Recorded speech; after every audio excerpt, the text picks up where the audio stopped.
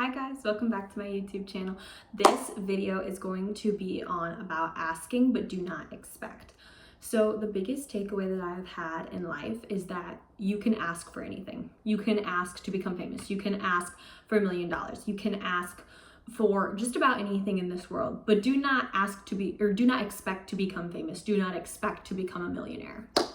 When you put yourself into a different, and this is going to be number one, it's very important, of an asking but do not expect mindset, that is when things start to change for you. And the reason I say this is because you can leave any situation. You, especially if you are in a position where you're free, you don't have anything holding you back, why would you stay? Think about that for a second. Why on earth would you stay if you do not have anything holding you there? Okay, if your partner, for example, isn't treating you right, don't expect them to change. Expect yourself to leave. If anything, if you're going to expect anything, leave. That is what you should be doing. There should be no ifs, ands, buts, anything. It's just, I'm going to leave now. Do not expect that person to get to your standards when there's other people out there that would already meet your standards, especially if it's bare minimum stuff. I mean, like, it's kind of pathetic and sad that you would even stay there. And it's the same if the place that you're in. If you're expecting something out of a place that is not giving you it, ask to change your surroundings. You know what? Okay, this place isn't meeting my expectations. I expect to be treated better. Okay, leave. Literally leave. You are not a tree. You are not rooted anywhere. You can go any place that you want. Understand that.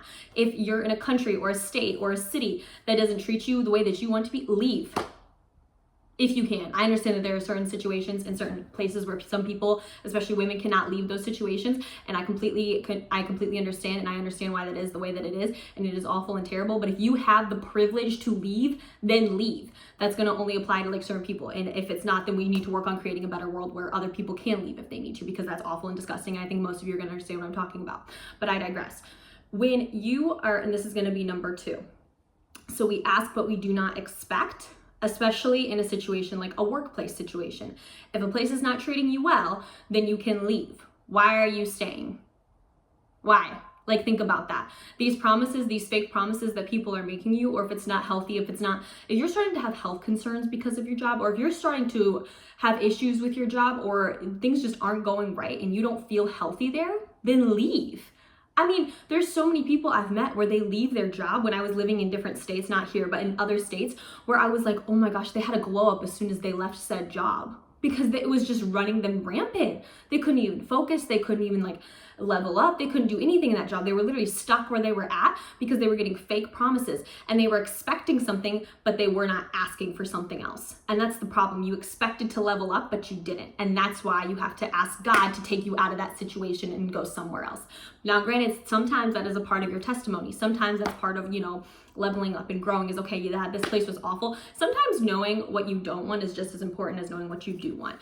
And sometimes those awful situations can be turned into testimonies or a strength of power, or a source of power, I guess, because it's like, if I got myself through this, then I can get myself through anything. And I really think that is part of it. The next step, and this is going to be number 3.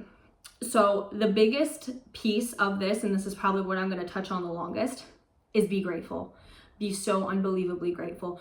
Gratefulness gets you through anything. You wake up and you thank God that you are alive. There is somebody who does not have the capabilities and the power to do the things that you are doing. When you start to realize, okay, I have shelter. I have food. I just ate breakfast this morning. I went to the gym. I'm able-bodied enough to go to the gym. I, as a woman, have a car that I can drive wherever I want to go. These are blessings. These are unbelievable blessings. And even though you may be asking for other things, but you are literally in a situation that somebody else is praying for. They would die. They would die to be in the situation that you are in right now. And you just woke up and took it for granted. I myself I do this all the time. I am so ungrateful because your prayers literally reflect your view of God, by the way. So I will constantly be like, oh, God, give me this, give me this, give me that. Probably sound like a toddler. I literally sound like a toddler. You know how I know? Because I've seen how toddlers act sometimes. And it's like, give me this, but they can't help it. They're children, just the same way we're God's children. And that's what I literally sound like sometimes. I'm like, oh my gosh, I sound like a little kid right now. Like, when was the last time I even told him that I love him, or that I thanked him for the things that he gave me? He gave me water today. Like fresh drinking water. I don't have to worry about where my fresh drinking water comes from. That's a blessing. That's a blessing. That is an unbelievable blessing. I didn't have to work. All I had to do was walk to my sink, pour it in my Brita, and then pour it in my Stanley. Oh my gosh, my life is so hard.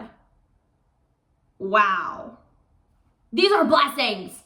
These are blessings. And this is something that I don't think a lot of people realize. Yes, you can be stuck in a situation and have a terrible living situation. And yes, I understand that. But it is still important to wake up and thank God for the place that you are in. It is so, so, so important. And I cannot stress that enough, is thankfulness.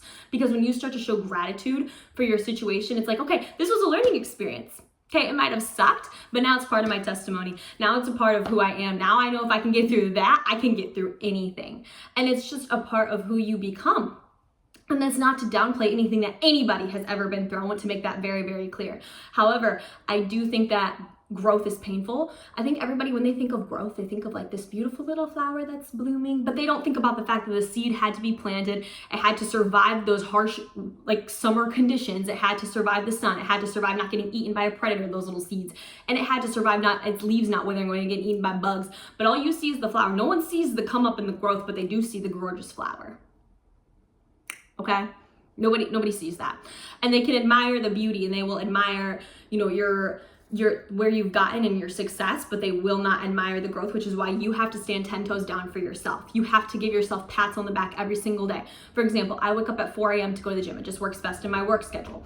I don't drink because that messes up the gains. I know I sound like a gym bro right now. I just drink mocktails. If I drink, it's very occasionally. It's like a celebration sort of thing. I feel like I need to celebrate something. It's not an every weekend sort of thing for me. And this is not to degrade or downplay anybody else's lifestyle. Whatever lifestyle choice works best for you, keep doing it. If you're doing well in life, okay, I'm not going to tell you how to live your life. I'm just saying this is me, how Elena Evinger does it, okay? And so when I do these things, it helps me to level up. I'm like, oh my gosh, I have to wake up at 4 a.m. again. This is so tiring. No. I get to wake up at 4 a.m. with a gym membership that I paid for, with a car that I'm driving that I pay for, and I get to drive myself there. What a blessing. What a blessing that I even have the energy to get up that time, that I even have the food in my fridge to go and fuel my body to do that workout, or the things that I need in order to fuel my body with caffeine. What a blessing I can even pay for that. Oh my gosh.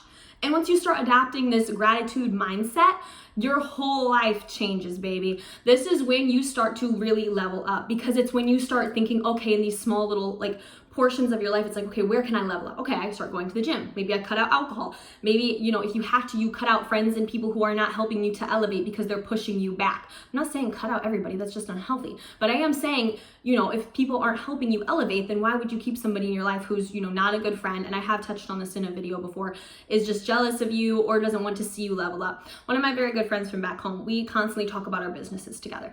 We literally used to have these things, we called them business meetings. It was really just us catching up, but we'd also talk about our businesses together. I want to see her succeed more than anybody else in this entire world. I can promise you that. And she wants to see me succeed, which is why we would have these little business meetings, and we would hype each other up, and we would help each other, like, hey, what are you doing with your business? What worked? What didn't work? We would share tips with each other, right? And this was gorgeous. This is the type of friendship that I want. This is how, if I'm friends with somebody, it's because you are better at something than me. It's because I want to learn something from you. It's because I know that you can teach me something. It's because you're better in a certain area of your life than me, and I want to learn from you. That's what I want. That is what I want for my friends, my partner, my family. I want them all to level up, and I want, teach me your success. And again, I'm not expecting them to do these things, but I'm asking you how did you do this? How did you, level up? Tell me. And most of the time, people who are successful, they want to share their knowledge. They want to help you. They want to help you get on a better foot, so then that way you too can level up as well. They want to see you succeed just as badly as they succeeded. One of my friends, she's a published author, right? She's like, okay, I want to make your dream come true as well. It didn't even have to, she just said that. She just wanted me to do that because she's published. She wants me to feel how that feels. And that's amazing. That is a blessing. Friends who are already doing what you're doing, ask them. Do not expect anything from them, but ask them. And I guarantee you they would love to share their knowledge with you. I guarantee it. I promise you they would want to share their knowledge as well. That's all I really have on this video. I hope that this helped somebody. Always we can ask things. Remember, your prayers are a reflection of your view of God. It's how big you think God is. I know that my God is a beautiful, amazing, awesome God, and he loves his daughters. And this is my view of him, right? And so I think that when you start adopting a gratitude mindset, this is when your life really begins to change and you see level up and transformation in your life. So I hope that this helped somebody, and I hope you guys have a great rest of your day. Thank you.